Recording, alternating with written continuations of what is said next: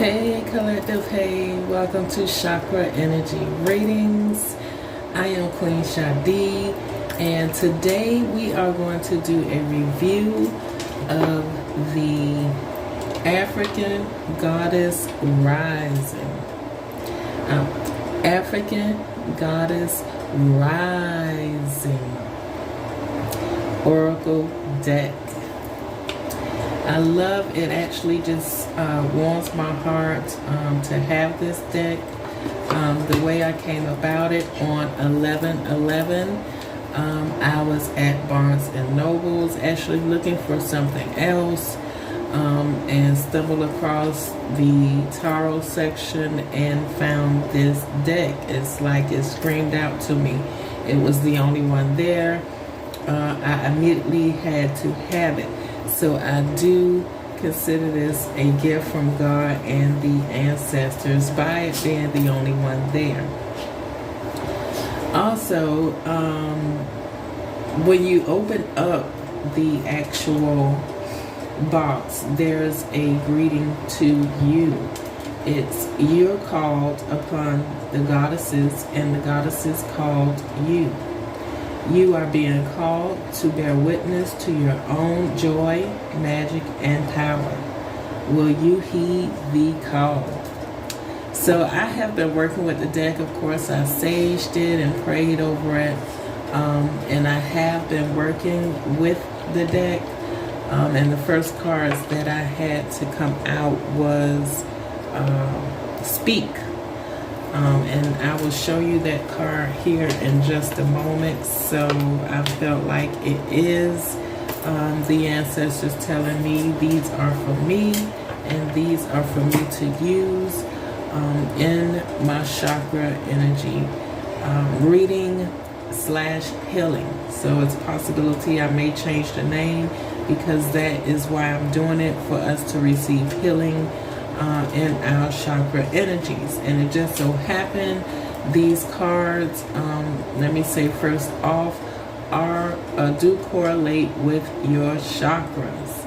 And that was just something that was totally amazing to me, because I only want to work with cards that will help me express more chakra healing to you all. So as you can see, of course, it starts with the root chakra. It starts with the root chakra, and the way you can tell is the numbers up here at the top. These here are the creators, and we'll get into that in a moment. But the numbers at the top are color coordinated to coordinate with the actual chakra. So let's get into it. So the first off that I love about the deck is the actual card quality and the pictures. They are beautiful. The pictures are all of African goddesses, and some American and some from the islands.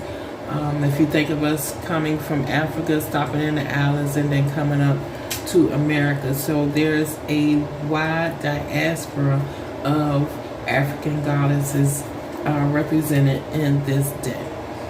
So let's start with the actual mother, African mother of Nana Buluku. If you can see that. Nana Buluku is supposed to be the mother of all creation. She is considered to be the god in this deck and to this African heritage. After Mother Buluku comes, and bear with me on the names because I am learning them. Mawu Lisa. Mawu Lisa. Mawu Lisa is said to be Mawu being the female, Lisa being the male. Mawu being the moon, Lisa being the sun, said to be the twins of Nana Baluka. And these two are the twins who created creation. Very interesting deck. I am still learning it. I am so excited. I was emotional when I got it. And it's like I asked God for heritage information and to let me know that I am on the right path with this chakra energy, and he has given me confirmation on 11/11. I couldn't have asked for a better gift. So let's get started. So just quickly, the cards are broken up into temples. Temples do correlate with the chakras, as I said earlier. So these two are the threshold guardians. You have Nanabaluka as the creator of all, and Maulisa of the creator of us. Then you have the ancestors who represent the root chakra, and that is these here, as you can see by the number at the top here. Quickly, we have grounding. I'm not going to say the names, but I can give you a little bit of history, the ones that stick out to me. This is Sachi. We in America know her by Sarah Barton. If you do not know her story, please go look it up. But she's represented as the number 3 in the deck. Sachi, Miss Sarah Barton, as one of our goddesses, one of the first goddesses represented in the deck, and she represents grounding. The next one we have is Tituba. Tituba was the first African American black witch to be prosecuted in the Salem witch trials here in America. She came from the islands and went to, from Africa to the islands to America, and she was the first witch that was persecuted. Then it goes on. We have Mbuya Mihanda. This is one I really feel drawn to. Of course, if you can see the lions on here, she has a fascinating story that I am definitely researching at this moment. Possibly a name change, I don't know. Then we have Miss Sarah Lakali. Sarah Lakali. As you can see, she's a water goddess, and also these cards are represented with the elements: air, water, earth, and fire. So she's a water goddess, and Sarah Lakali is said to be the daughter of Jesus and Mother Magdalene. I know, it's great. It's great, I know. And then lastly, we have, let me keep them in order. We have Miss Marie Laveau. Everyone knows of her if you are in the United States, where I am. Miss Marie Laveau was definitely the head hierophant priestess there in the Southeast, specifically in Louisiana. So that's just the root. These cards here are our roots, represent our roots, the ancestors. The root cards represent the ancestors. So then there's the sacral. There's a sacral aspect to it. These represent, with the root representing our ancestors and safety.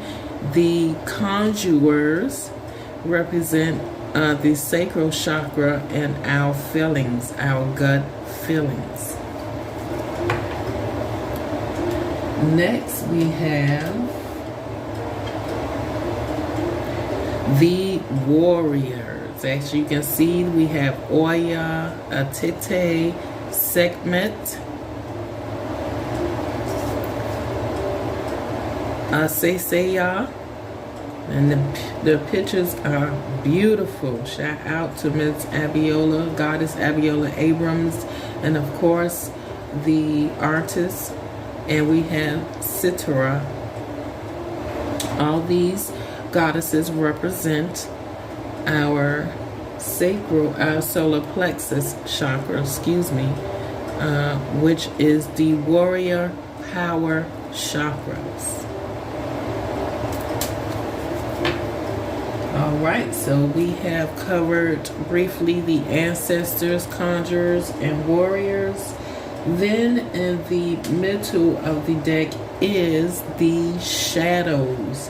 The shadows represent the in-between of the lower chakras and the upper chakras, the lower realm and the higher realm, our fears, things that stop us in life. And they are all represented by goddesses as well.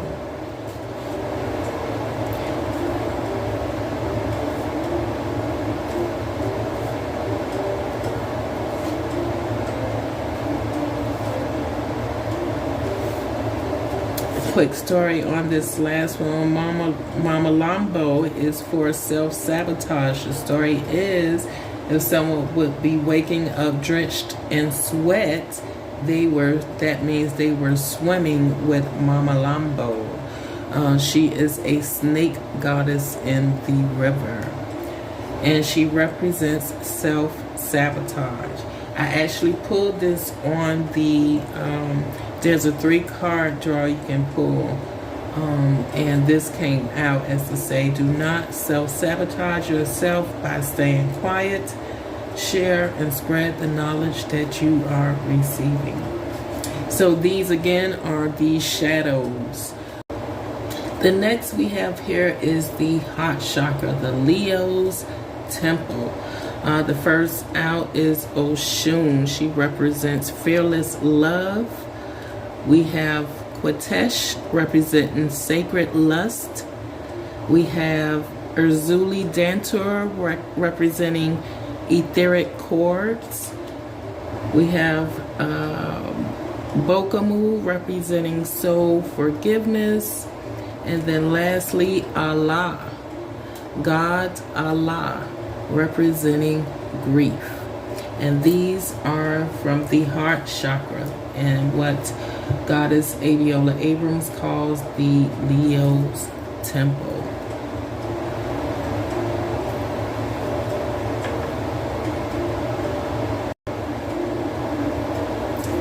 So yeah, with Mommy Walter being here at the top, these are the throat chakra, represent the throat chakra. And again, I had the self-sabotage, live out loud, and then speak. So we'll get into, I'll do a quick reading to show what that actually meant for me. All right. So throat chakra again represents heart, representing the lovers, also known as the Leo temple. Throat chakra is represented by the griots, I'm sorry if I mispronounced that, represented by the griots, the ones that give the knowledge through speak. The next we have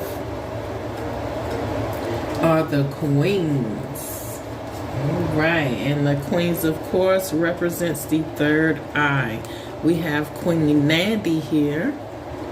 Queen Nandi Zulu is the mother of Shaka Zulu. So I assume that will be Shaka sitting on her lap. Then we have Queen Sheba. Is represented by fire here. We have Queen Mother Nanny, a great warrior queen who saved her people. We have Queen Nefertiti. Of course, we all know her as a great Egyptian queen, stood beside her husband and was considered his equal. And then last of the queens is Queen Ya Asatawana. Queen Ya Asatawana. All right, and they all represent the third eye. And then the last in the deck, with there being a total of 44 cards, the last last 5 represent the crown chakra, and these are all represented by High Priestess. Priestess Yamaha, of course. She is known to be a creator of all. She holds the water of life. We have Kisozamia. I'm sorry if I pronounced that wrong. Nikos is Inkosozama. Inkosozama. Thank you, ancestors. Like, no, get it right. Inkosozama. She is the rainbow goddess for celestial alignment. Then we have Aizan. She is the high priestess of miracles, earth goddess, as you can see, harvest time and abundance. Then we have Abonimba. She's also harvest, earth elements as well. Her and her mass perform great harvest for herself and others. And then lastly, we have Isis, you know, the familiar one that we all are familiar with, and she represents, this high priestess represents surrender. So that is the deck, everyone. I can't wait to get started with it. I will be doing, of course, our ancestor messages will be coming back, and we will be doing them on this page here. And let's try to, well, I'll just kind of read over the one I did earlier so I can shuffle the cards. So let's kind of show you. Alright, so we had that one. We had this one, and we had this one. So doing a 3-card goddess spread. You can also do a 1-card spread, Ace spread. Forgive me, I am trying to get correct in this language, our native language. So if I did not say that correctly, please forgive me.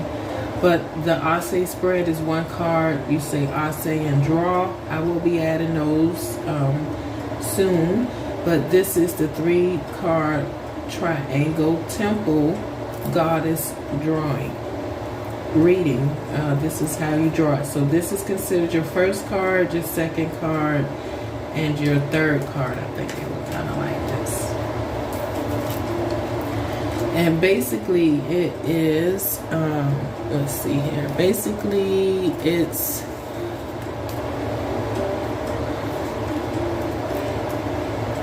all right. What do I need to know? That would be for my card 1. My card 1 is self-sabotage. And I took this as do not self-sabotage yourself. Keep moving forward. Do not stop. Yes, everyone has stuff on their plate. Yes, everyone has a life to live. Yes, everyone has a family. But when the ancestors call, you must answer. And I feel like maybe I was not given enough. Not maybe. I know I could do better.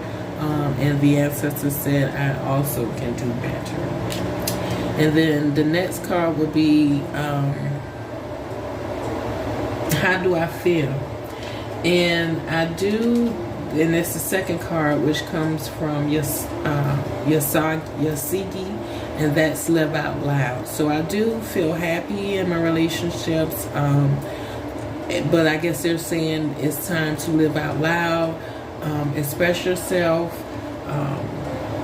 show your compassion, show your care, show your love, and show your who you are in character. And then last card was, what do I need to do physically? And this was the speak up card. So that's what I'm doing with the African goddess rising. decks and cards. I will be using these to learn more about our heritage and to bring you all ancestor messages. And it now ties into the chakra energy. So then when I looked at the chakra energy with 2 of these being here, of course, shadow work of stop self-sabotaging myself. These 2 do come from the throat chakra. Speak up and live life proudly. So I was very thankful to pull that reading as one of the first readings. And as I said, we will do readings going forward on Sundays with these cards. I will be using them as clarifiers throughout the week for the element readings that I do, and maybe some other things that will happen Friday and Saturday. I'm not quite sure. I do have a job, so I may have to take those days off. Still working the schedule out, but we will see. So thank you all for coming and watching and sharing these beautiful cards that Miss Queen Goddess Abiola Abrams has downloaded from the ancestors for us. I am so thankful for them, and I hope to get more of her products. Please, you all go and look her up, as well as her Instagram. And show her your appreciation. If you can, get the cards. They are wonderful. If you can't even read, just to get them so you can get more knowledge in our African heritage. All right. I'll talk to you all later. Take care. Bye.